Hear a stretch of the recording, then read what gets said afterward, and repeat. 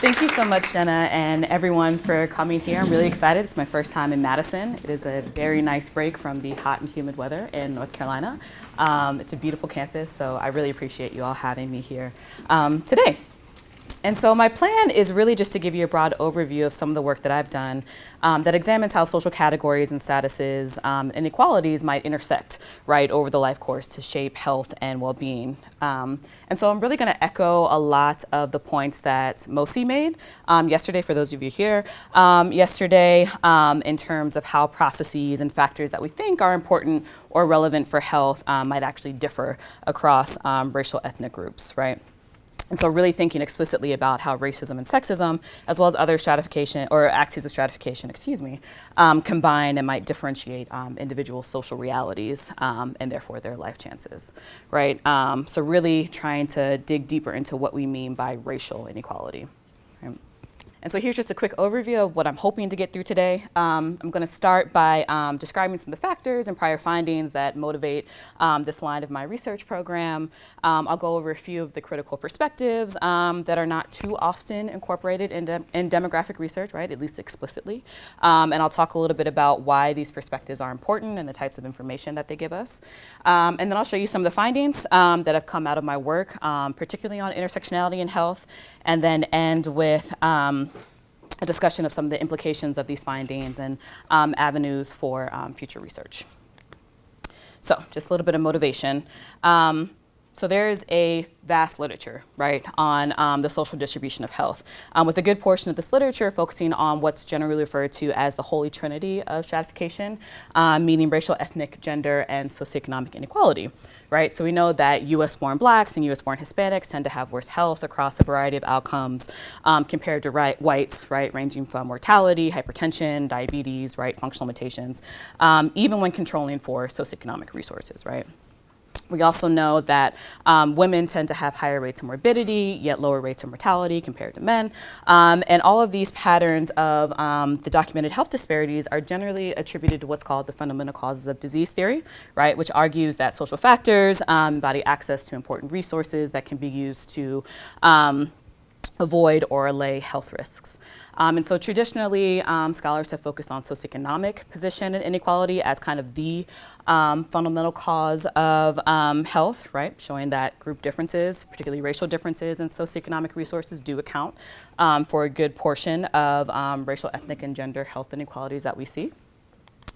But there's also been this long tradition of work, right, not necessarily in mainstream sociology, I'm a sociologist, or demography that really argues that institutional and interpersonal racism play a vital role, right, in creating health disparities, right, as these experiences and these forms of treatment critically shape access to a variety of social determinants of health, right, including socioeconomic opportunities, exposure to stressors, accelerated physiological aging, and residence in neighborhoods that have been characterized by social and economic disadvantages, right?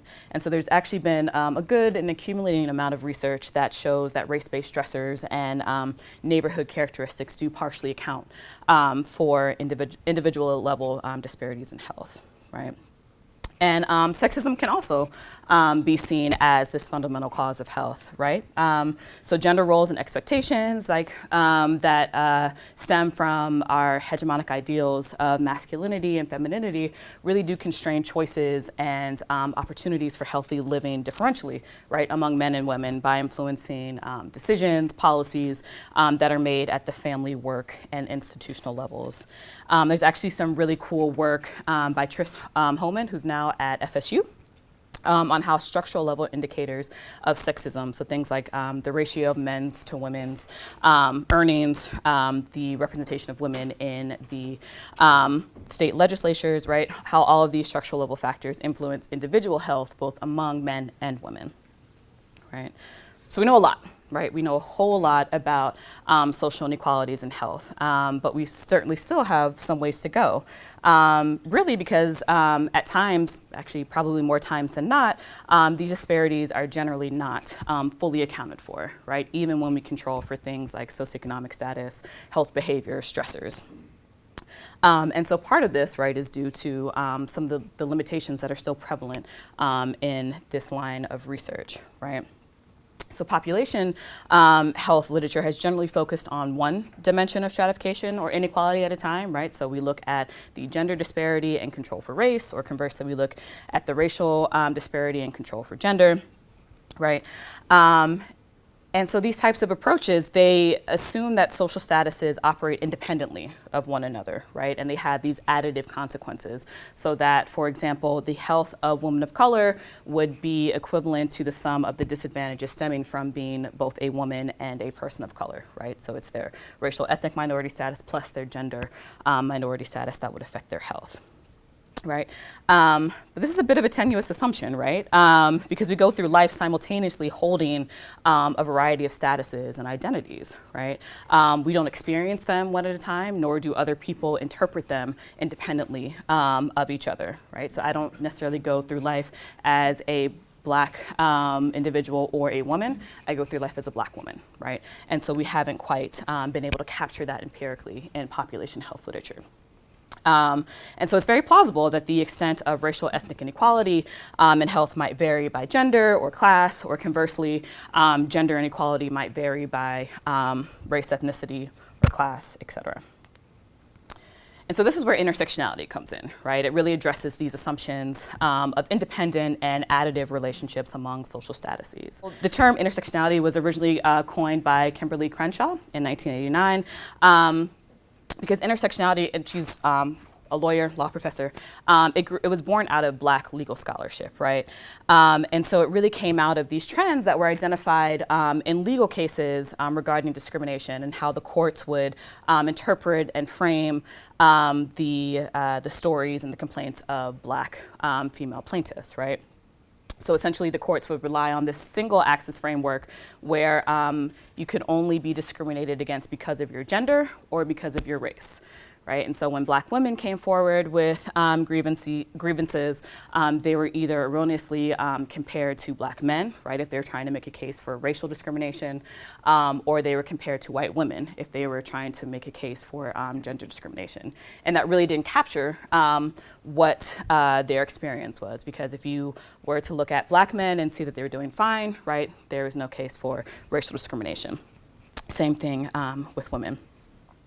And so Crenshaw basically argued that you really, you can't fit the experiences of Black women and other women of color into these kind of very distinct and rigid statuses or experiences, right? Black women kind of occupied this nebulous space that no one really knew what to do with, right? We just knew it was something there. And so under an intersectionality framework, systems of inequality, things like racism, sexism, are often seen as interlocking, right? So not along a single axis. And they create what's called a matrix of domination that allows for unique combinations of privilege and oppression. So when I say interlocking systems of inequality and matrix of domination, this is kind of what I mean. And so you have all these axes of inequality ranging from ableism, genderism, racism, right? And at any given moment, an individual can be located on a particular point of these intersecting power relations, right? That often result in complex and contradictory relations that can be overlooked, right, if we don't explicitly take into account these intersections, right? Again, where privilege and oppression might be experienced simultaneously, right, just not one or the other. And so, as opposed to other more traditional approaches, an intersectionality perspective really would posit that dimensions of inequality interact in multiplicative ways, right? They compound each other, resulting in unique social contexts that condition both the lived experiences and the life chances of individuals who are situated within these contexts. So again, instead of independent or additive consequences of social status dimensions or categories, their effects would be are thought to be joint, right? Again, meaning that the consequences of these categories or statuses are conditional upon each other. So the intersectionality framework might predict that the magnitude of racial ethnic disparities are larger among women because of the compounding disadvantages of race and gender inequality, right? So in a similar vein, an intersectionality approach also allows for more explicit consideration within group processes that might differentiate pathways to health. So a majority of the studies that are available on health inequality have been comparative, right? So really looking at between groups, differences in health, and usually comparing other groups to whites, right? So again, this is kind of what Mosi laid out yesterday and was harping on. And so while this approach can certainly give us really informative findings that we can, try to fix, it gives us a certain type of information, right? And it undertakes some assumptions, namely that members of a similar racial group or gender group are impacted by social factors in an equivalent manner, right? And therefore would experience similar patterns of health. And so having this kind of assumption would mask any kind of heterogeneity in health that might exist within these broadly defined social groups, right? That might be based on the constellation of other statuses that make up a person's identity or phenotype, right? And so as a result, the full extent and nature of health inequality might be obscured. Reliance on these between group analyses also don't help much with this issue of residual gaps that we see in the literature, right? Residual gaps meaning the gender or racial disparity that's left over when we control for things we think are relevant for health. And so I would argue that examining the unique processes that occur within groups might actually give us some clues on what to do with these remaining between group inequalities. So I'm saying all that to say, right, that we need both within and between group approaches to really understand the full extent of health disparities, right? Because on the one hand, these between group approaches can really highlight the effects of varying positions in the social hierarchy, right? While on the other hand, a within group approach can point us to greater specificity, right? Or the identification of pathways to health among members of social groups. So a last piece of the puzzle, at least for my line of work, is the consideration of other systems of inequality aside from racism, sexism, and socioeconomic inequality. And so of interest to me is colorism, right? So there's been a long tradition of work that has shown that the hue of one's skin is a salient dimension of race, right? So generally when we think and measure race, we think of self-identification, right? But skin color is another dimension that makes up this complex concept of race. And it significantly structures access to opportunities and desired resources, particularly among minority groups across the globe, right? But for the purposes of this talk, I'll just be talking about the US. So colorism itself is this ideological and structural system of inequality that would afford special advantages to those of lighter skin because of their closer phenotypic resemblance and presumed genetic similarity, right? There's still this weird thing with genes and race that happens. To Europeans, and so they're actually seen as more similar to these Eurocentric standards of beauty, of morality, of competence, et cetera. So it's really become this institutionalized system of inequality, right? That's created intergenerational hierarchies within minority groups that materialize into real social, political, and economic consequences. So we know lighter skinned African Americans tend to have higher wages than their darker skinned counterparts. They tend to have higher levels of education, higher levels of wealth, are more likely to get married, et cetera. There's also prior research that would highlight the gendered nature of colorism, right? So in particular, scholars have noted that dark skin is more consequential for Black women compared to Black men, really given the importance of beauty and aesthetics for shaping the life chances of women in kind of any male-dominated patriarchal society. And in our society, fair skin is seen as an aspect of beauty, right? So it's something that women can draw on that might lead to additional social and economic resources. So existing literature would suggest that those of darker skin experience worse physical health compared to their lighter skin counterparts across measures such as blood pressure, hypertension, BMI, allostatic load. Research on skin color disparities in mental health is much scarcer. and of course is pretty mixed. But there's some recent work that would indicate light-skinned African Americans tend to have a more positive self-concept and report fewer depressive symptoms than their darker-skinned counterparts. And also some really cool work by Ellis Monk that shows or suggests these possible protections of mental health among medium-skinned African Americans. And we can talk a little bit about why that might be during the Q&A.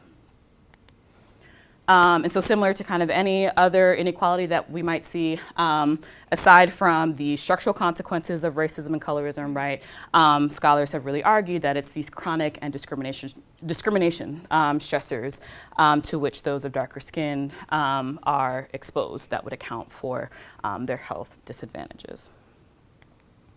So given all of these limitations of prior research, my work has really sought to examine the extent to which race, skin tone, gender, and SES combine to shape health across the life course, and to investigate whether these intersectional consequences of social statuses widen, narrow, or remain stable with age.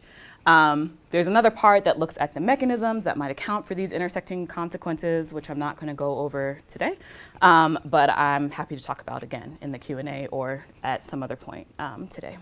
I've drawn on several data sets to address these objectives. Some of the results you'll see today come from the National Longitudinal Survey of Youth, the 1997 cohort, which is a nationally representative ongoing panel study that collects information on things like employment, income, education, crime, right, and health.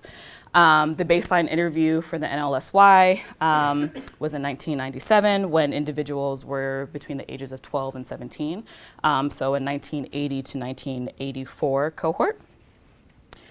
And respondents were interviewed annually since 1997, and the results that I'll show you go through 2011, so 15 waves of data, but I believe data from 2015-16 is now available with the NLSY. Some of my skin color work uses data from the coronary artery risk development in young adult study, or the CARDIA study, which is a longitudinal study of young adults in 4 field centers in Minnesota, Birmingham, Chicago, and Oakland. This study has about 8 waves of data across 25 years, the baseline year being 1985 to 1986, and it sampled Black and white men and women. And then a last data set that I've drawn on is AdHealth. I'm sure many of you here are familiar with AdHealth, but it's a nationally representative study of US adolescents who were in grades 7 to 12 at baseline in 1994. AdHealth is a great data set to look at the social context in which adolescents grow up and navigate, and how those contexts influence their behaviors and health outcomes in adulthood.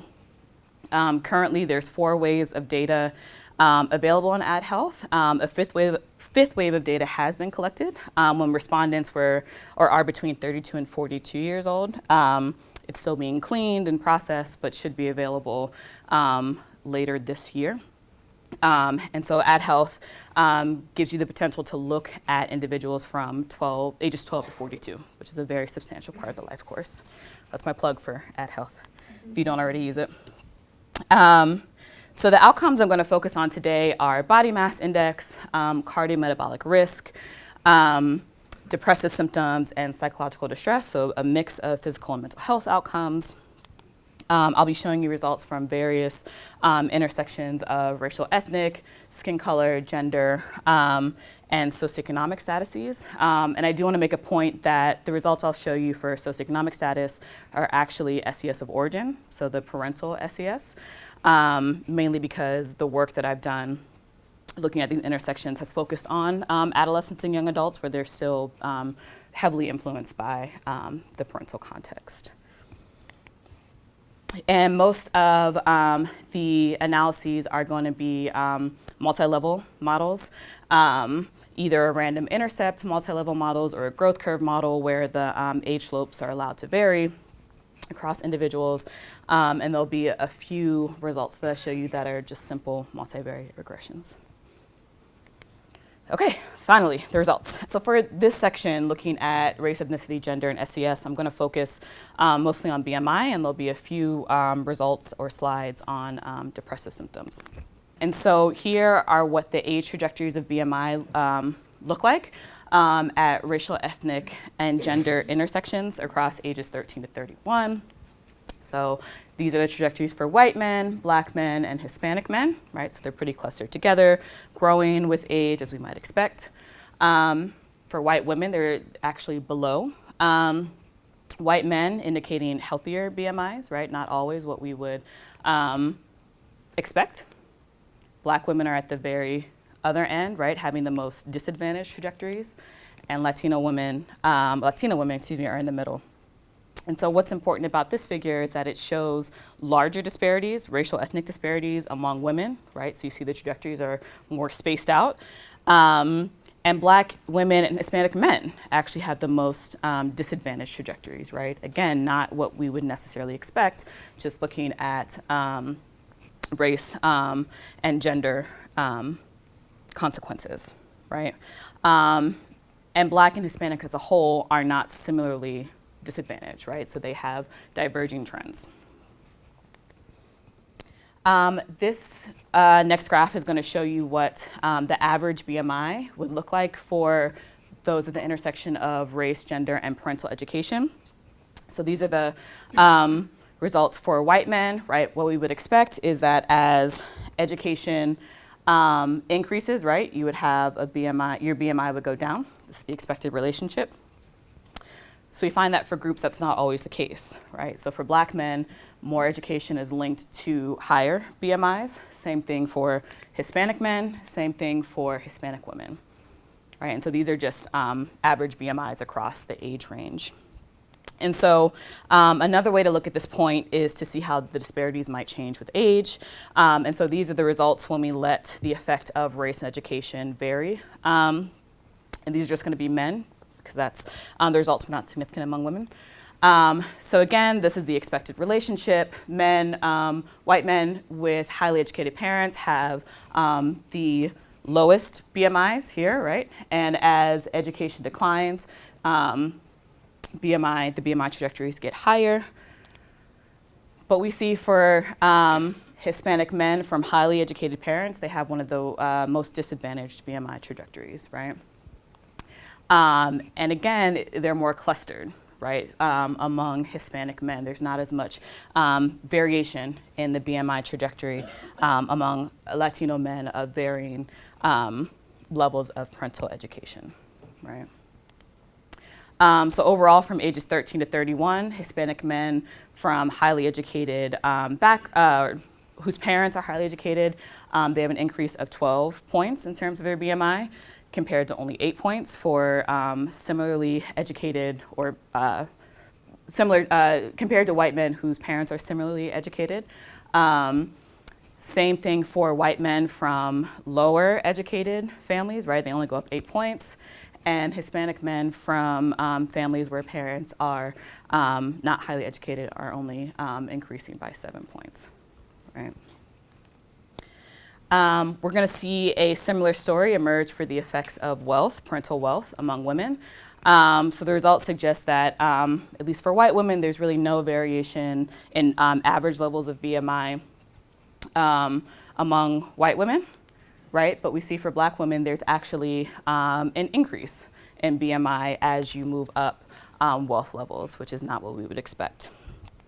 And so again, if we let the effect of race and wealth vary across age among women, right, we can see how the disparities change with age. So the results from this particular project showed that women across all wealth backgrounds had similar trajectories, so that's why there's only one line there.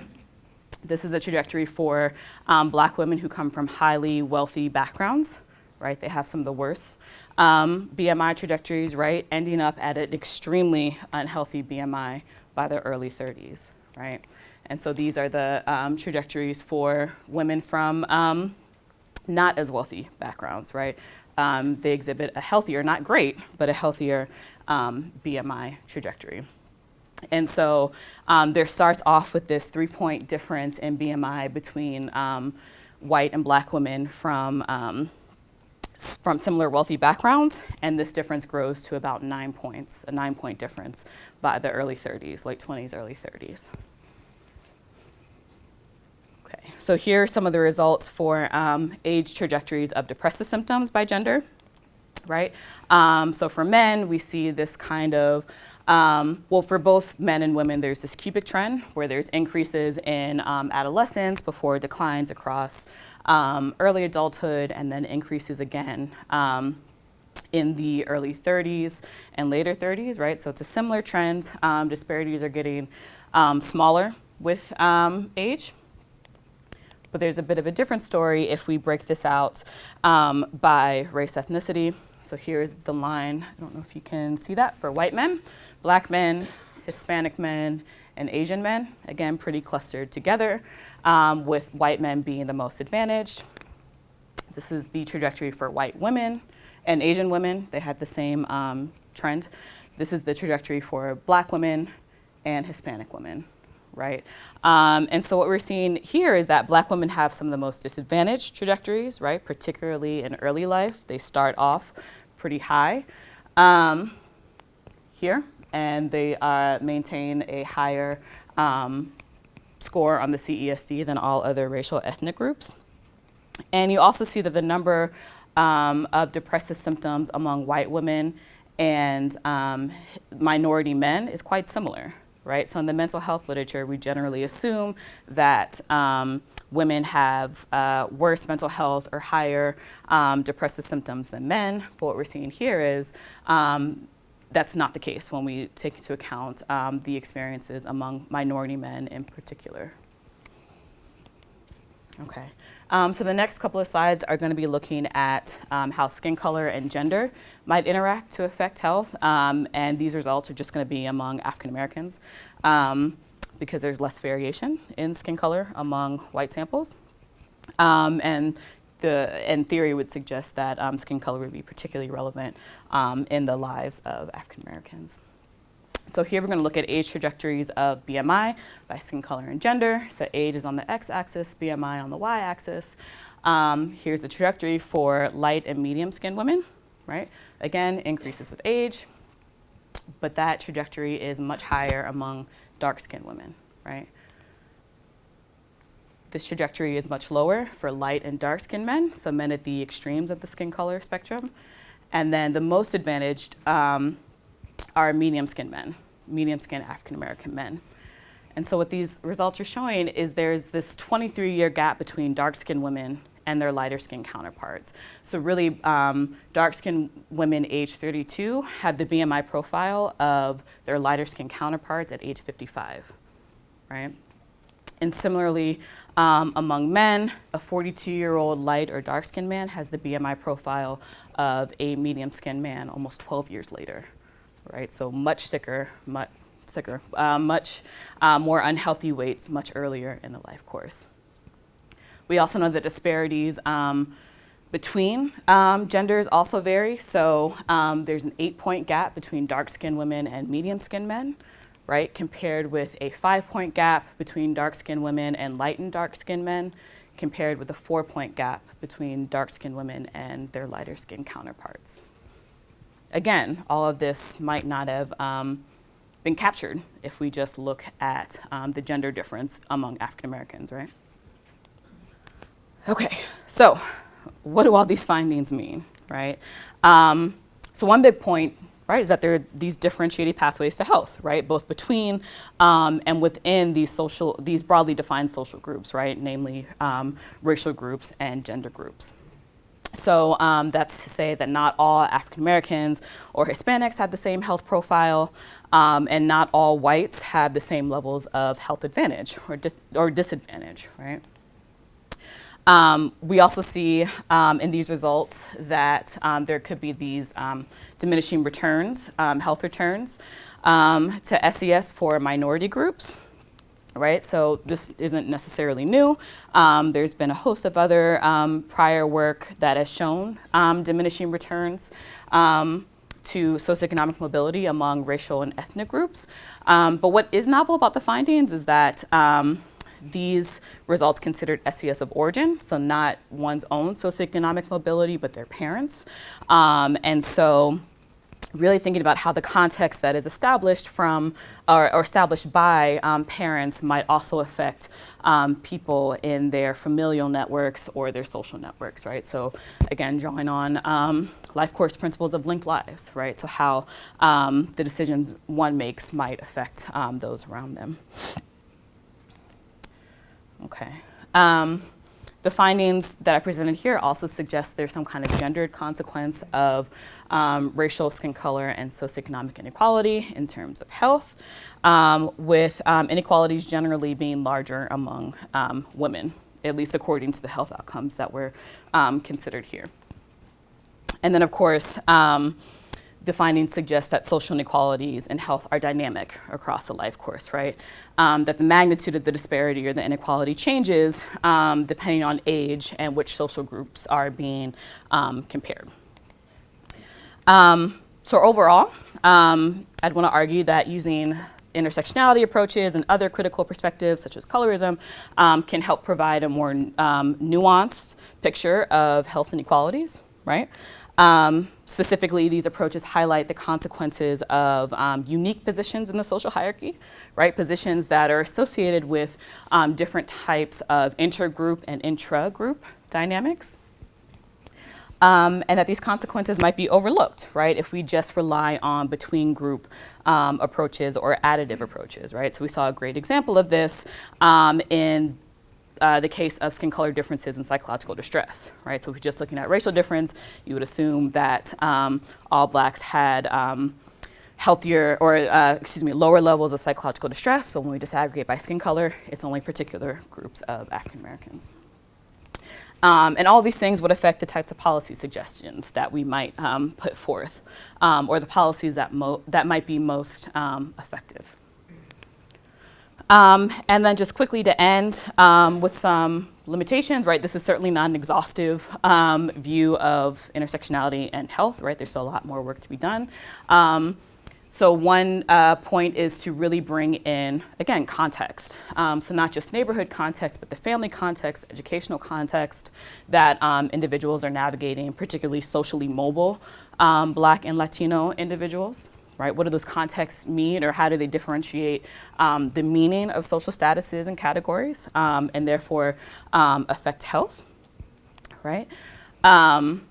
Additional social groups and systems of inequality are also always necessary, right? So these results focus mainly on whites and African Americans, some results for US-born Latinos, but as Mosi also discussed yesterday, Asians are this, incredibly heterogeneous group that a lot of people don't really look at, right?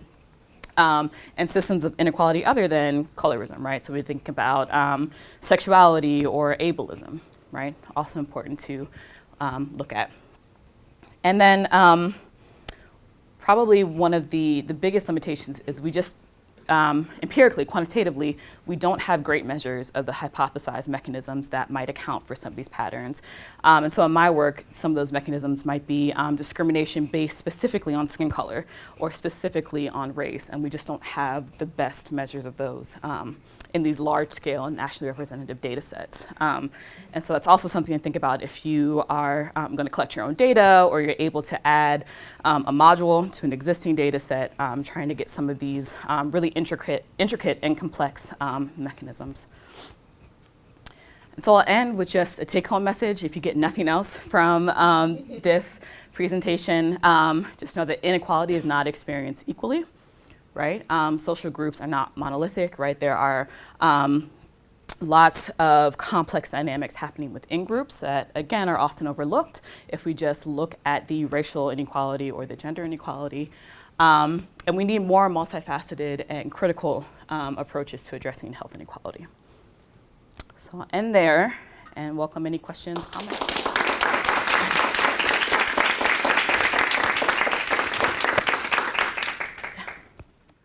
Perfect. Thanks. This is really, really interesting, and there's a lot to sort of digest here. So I have two questions. One I think is relatively straightforward.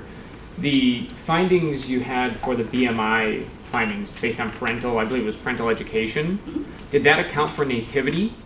So all of those results are U.S. born African Americans and Hispanics. Those are all U.S. Okay, all right, thank you. Sorry. Good point. Yeah, for that exact reason. Okay, perfect. And so that I was, because obviously the parental education would be tied up with nativity, particularly for Hispanics. So anyway, then the other question I have is I'm trying to reconcile, and I know they're not directly analogous, but earlier in your talk you had cited David Williams, who spent a lot of time talking about segregation as a fundamental cause for racial inequality, particularly racial health inequality. And I'm trying to square your findings with just that hypothesis. And I understand there may be some nuance to understanding, well, proportion African American is not equivalent to segregation, right? I mean, they are distinct measures, right? They're linked. But I was wondering if you could just talk about that, because I'm just wrestling with these two things in my mind about your findings. At the very least, it gives you pause to on that hypothesis. So if you could talk about that, that'd be great. Yeah, thank you for that question. So I should have said, I was rushing through it. So all of those results, the neighborhood context results, control for socioeconomic disadvantage at the neighborhood level. So taking out any kind of disadvantage due to highly segregated areas, this is what we're seeing. And so it was interesting, we were having a nice conversation at breakfast today. And so there's, I've heard David Williams say this as well in some of the courses I've taken with him. It's not segregation necessarily that's bad. It's the social ills and the concentrated disadvantages that come with it. And also the forcing of segregation that makes it bad. And so I don't know that it's problematic to say, I do feel comfortable around people that look like me. But when there is a value placed on that and there are these structural inequalities that come with it, that's when it becomes problematic. And so what we're seeing here is that despite any kind of socioeconomic disadvantage that might exist in neighborhoods with high proportions of Black residents, there's something about being around other Black people that can be protective. And so some of this paper project, I've looked at some of the mechanisms that are available in ad health and things like social integration, feelings of social support, perceptions of attractiveness do account for some of the health benefits that we're seeing. So there's something in these neighborhoods that can be cultivated and used as a protective factor. So I know that's like rambling. Thanks. Yes, Dr. Hargrove, I want to thank you for a great presentation. I think your work extends far beyond what we're looking at for this seminar today. I had a couple of clarifying questions when you went into the neighborhood context. For example, I think you did rush through there. I felt like we could spend on each of the four dependent variables you looked at, we could spend probably an hour on each, but I don't think that would be fair to everyone here. But I did have a question about the psychological distress in neighborhoods by skin color. That one, yes, I think it was that one.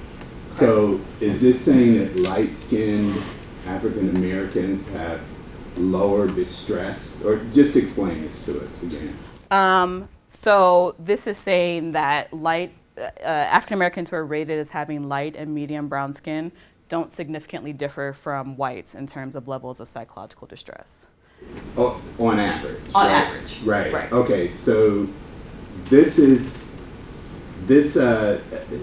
yeah, I'll have to talk to you about this later because there's, all of the theories of like biracial people who are supposed to have this whole tragic existence and everything. So I think this speaks theoretically to something way beyond this finding right here. But I did want to ask about integration and exhaustion in context of reception, in terms of how you're thinking about extending this beyond demographers, beyond demography, and speaking of sociology in generally.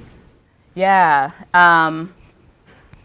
So how I would explain this or talk about this with sociologists? Or yeah, I mean beyond demographers, thinking about the implications of your work to broader other audiences, even legal scholars. Yeah, and again, that's actually part of the conversation that came up at breakfast in terms of how these findings can be interpreted, and just say, oh, well, we should have segregation, right? It's good for their health and in some form or fashion. And so what I would argue is we really have to think critically about the context in which people are navigating and how to take away from that toxicity of those contexts, particularly for minority populations. So you get the same kind of sentiment, particularly with policymakers, when you show them that socioeconomic mobility is actually linked in some cases to poorer health among African Americans, because then the implication is, oh, well, they just shouldn't be socially mobile, right? They're healthier that way. When in reality, it's the toxicity of the environments that African Americans and other minority groups have to navigate to be socially mobile. So the higher educational institutions, the workplaces, and the potential discrimination or opportunities for discrimination that come there. And so that's what we have to change. And so, of course, in an ideal world, right, everyone would be living among each other and everyone would feel comfortable living among each other. But because we have things like racism, sexism, colorism, that's just not the case. And so it's about, one, changing the environment, or at least trying to mitigate any kind of stressful aspect of that environment. So maybe it is creating more support groups for minority students at colleges. Maybe it's educating students earlier on about racial inequality or gender inequality. Maybe it's making a race class required for graduating seniors in college, so they have some kind of concept of how the world is working, even though a lot of times it might not affect them directly. Does that answer your question? Yeah. Thank you so much. I really enjoyed hearing your talk. One question I had was, when you looked at where in Adulthood where they grew up, was that at the wave one? Yes. And could you talk a little bit more about, because obviously the wave one, that's often a function of where parents choose to live. But thinking about as they're different waves 2, 3, 4, and 5, and when they're moving, are you thinking of like when they move into and possibly protective factors if they move into?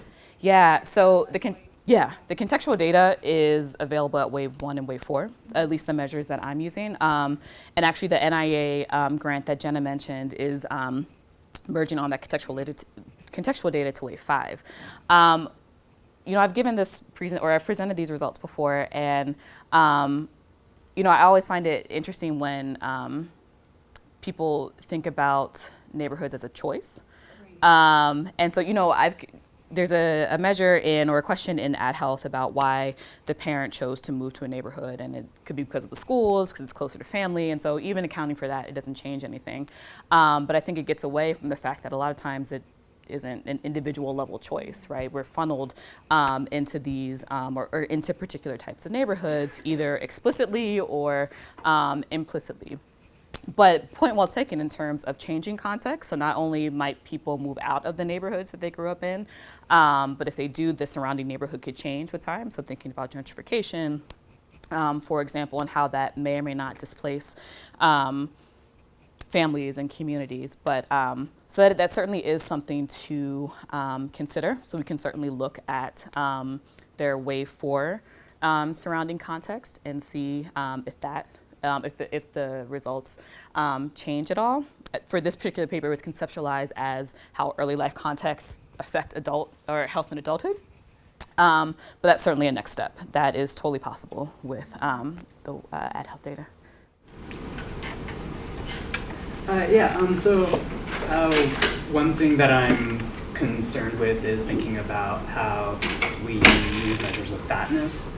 And we're in this moment of really vibrant social movement time where we're health at every size, being fat isn't bad.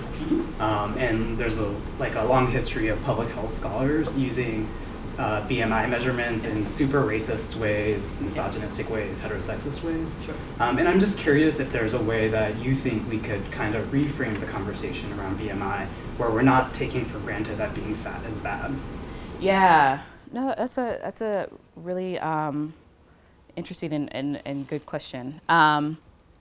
So I think there is a reality where unhealthy BMIs are linked to all of these later life chronic illnesses. So we do know there's this established link between unhealthy BMIs and things like hypertension, diabetes, et cetera.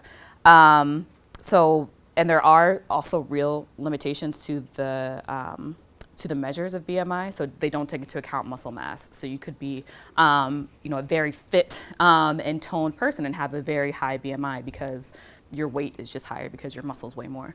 And so I think there's a problem when one, BMI is used as a way to judge aesthetics, and then people are then judged based on those aesthetics,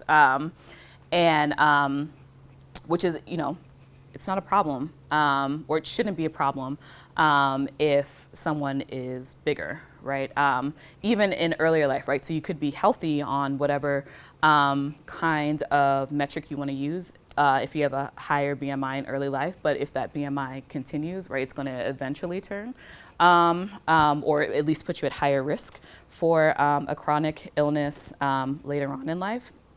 And so I think there needs to be this, or there should be this distinction between BMI as an indicator of health risk and BMI as an indicator of beauty or something like that.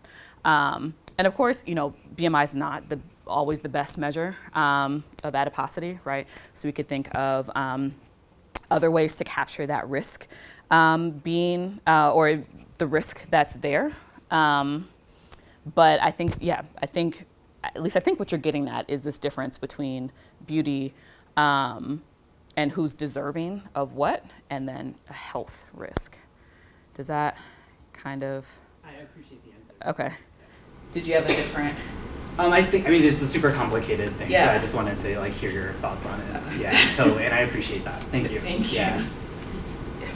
So waist circumference is in health.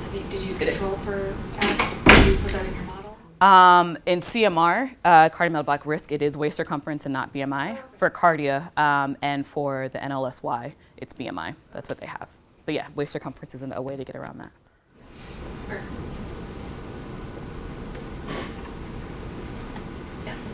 So just stepping back, you introduced so many interesting ways of thinking and approaching this type of research. So let's fast forward, 10 or 15 years when you're named head of Ad Health, or NLSY 97. What's kind of the new, the next wave of thinking around the way we should try to measure some of these things better, right? So so you're kind of at the frontier of doing a lot of thinking in this space. What's that one next thing you wish was included in some of these data sets? That's a good question. Well, one, other dimensions of race, right? So when there's one thing just to say, or I controlled for race, or I measured race, without, again, thinking about the complexity of what race actually is in social reality. So it's not necessarily how you self-identify, but how you're perceived, right? And so if we can have other phenotypic markers of race being skin color, or even how people perceive themselves in their own skin color, can also, I think, help kind of tease out the complexity and the really kind of multiple pathways through which race does affect health. So part of it would be these different dimensions of race, not only race, but also gender, right? So how others come to arrive at whether we're seen as men or women. And then it's really, for me at least, the discrimination aspect. So we talk about discrimination ad nauseum, but we can't capture it. And so maybe it's something that's just not best captured in these large social surveys. Maybe we have to get creative and do vignettes or other audit studies. But we need to figure out, at least as those of us who are quantitative, we need to figure out a way to better capture it instead of just asking, have you been treated unfairly? Because we don't know what that is tapping into necessarily. And it could be based on something that happened that day, right? And so ideally it would be these more nuanced measures of discrimination, why the person perceived the event to be happening. Was it discrimination due to their skin color? Was it discrimination due to their how they identify racially? Is it due to their gender? And we have that in the sense that we ask people, have you been treated unfairly, and then why? But even that question of, have you been treated unfairly, you don't know what all is going into one's interpretation of that question. And so I don't know what that looks like. But there's actually some cool measures in the NSAL, the National Survey of American Life, where they ask about skin color discrimination in particular, and then ask who it's coming from. So is it coming from a white person? Is it coming from a black person? And it's discrimination specifically about skin color. So even just getting the characteristics of the discriminator, I think would also provide some insight into what's going on here. So you put up this wonderful diagram where we're thinking about many kinds of intersections of different forms of axes of variation, people experience forms of oppression. And one of the conversations that we had yesterday was thinking about the finite degrees of freedom that constrain all of our work. Absolutely. And particularly when we want something rich, where we can measure biomarkers that help us understand something about the underlying process of life. So in your own work, how do you prioritize the intersections that you're going to tackle for any given object? Part of it is a personal reason. I think there's an interesting question yesterday about people's backgrounds and why they ask the questions that they ask or why they do the research that they do. Growing up as a fair-skinned black woman, right? That's given me a certain kind of perspective into the world and how I interpret the world and how I navigate the world. And so because it's something that has been super relevant in my life, of course it's gonna matter for everyone else, right? Or I would think that that's something that could matter for everyone else. I think it depends on what's available in the data. So again, we're, the way we're trained, the way we think about things, it's really race, class, gender. Which is fine, because they're super important, but what about within race, class, gender? That could matter. And so for me, that just happens to be skin color right now. For other people, it could be markers of disability or ableism. And depending on what's available in the data, I think is also gonna drive what you can do and how much variation there is. So I thought that was a good point that Mosi brought up yesterday as well. Not only in terms of increasing volume, but increasing variation in different outcomes or covariates, which is the problem, I think. And so yeah, so the way that I've tended to choose these intersections is, how I've been trained, what I have thought, or is most important, or not most important, but could be particularly important, and then what's available. I feel like I was rambling, but okay. Thank you for the talk. I have a question about the racial accommodation of the family. So the family. Yeah. So for those light-skinned, colored people, if they have some advantages in health, so I'm wondering to what extent their advantages might be due to have white parents or white grandparents in their families. Yeah, so thinking about biracial and multiracial people. So I haven't looked explicitly at the racial composition of the family, particularly the parents. But what I would imagine, what I have looked at is things like educational attainment by these skin color groups, which for each skin color group, it's less than their white counterparts. So there is still something about identifying as a minority, even though you are seen as having very light or very dark skin. We also live in a world currently where the one-drop rule is still kind of prevalent. So if there's any kind of indication that you have some kind of minority background, right, you are understood and perhaps treated as such. And so we draw on all kinds of markers. So even though I might have lighter skin than, say, someone from Southeast Asia, right, there's something about my phenotype that pegs me either as Black, as biracial, as Latina of some sort. I don't know, it's the hair texture, the nose width, right? But there's still some kind of constellation of factors that, regardless of my skin color, identifies me as minority. Of some sort. People might not know exactly what it is, but they just know it's not white. And so I think that could be some of what we're seeing here, that even though individuals are perceived to have lighter skin, there's still also something about them that is perceived as minority. And so I don't know if I said this, but all these results are based on self-identified race, but I've looked at the correlation between self-identified race and interviewer perceived race, and it's a 0.99 correlation. So there's a pretty good match between how people are identifying and how they're perceived. Does that answer your question? Yeah, I wanted to thank you. This is a wonderful talk and super engaging and really interesting. I wanted to follow up a little bit on Jenna's question and ask it the other way around, which is, if we imagine that we didn't have data constraints and we could do anything, how would we know when we were done? How would we know when we had thought through all of the forms of variation that were important? Or are we ever done? Right. So I think it depends on what the end goal is. So for someone like me, the end goal is some kind of policy implication, or at least thinking around policy implications.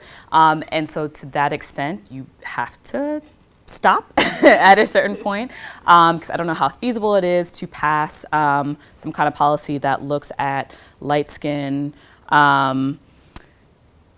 women who have some kind of disability and are from a lower right? So all of those intersections, I don't know how, even though they're important in and of themselves, on a policy level, I don't know how meaningful that intersection might be.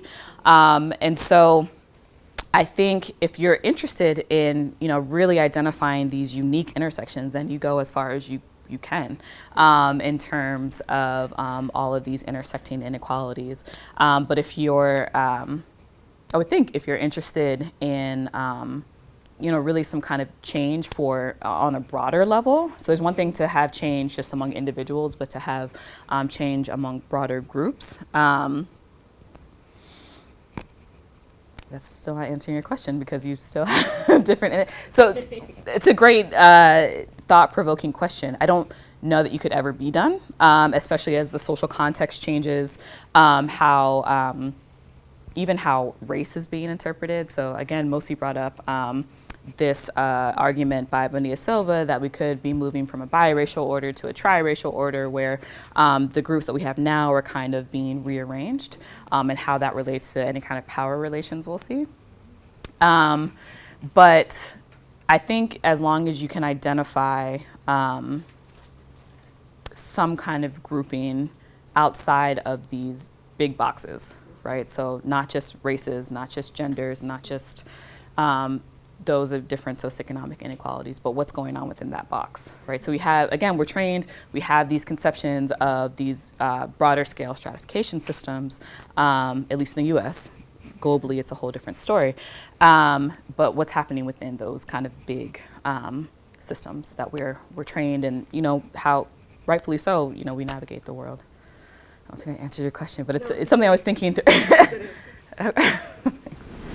Sorry to ask another question. So I was thinking of Christy Irving's work that she presented at ASA 2 years ago, last year, of the testing, empirically testing it, and then thinking of our conversations yesterday about white always being the reference category.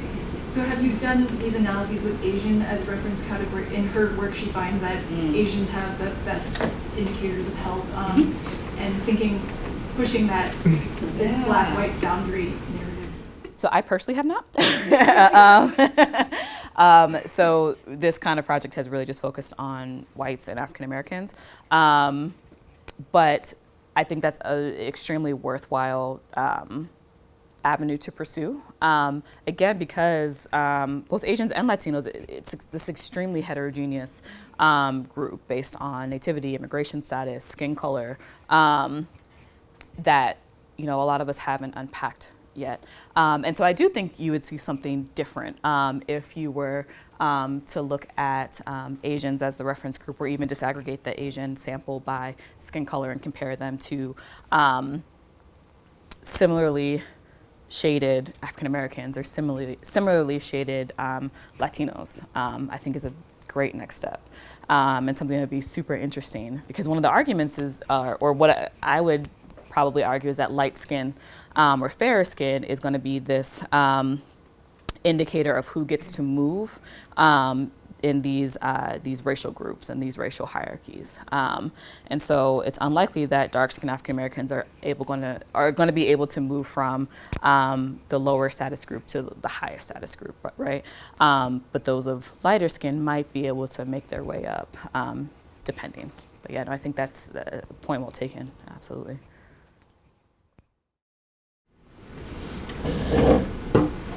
Any other questions? Okay, well, we will wrap up. Thank you again.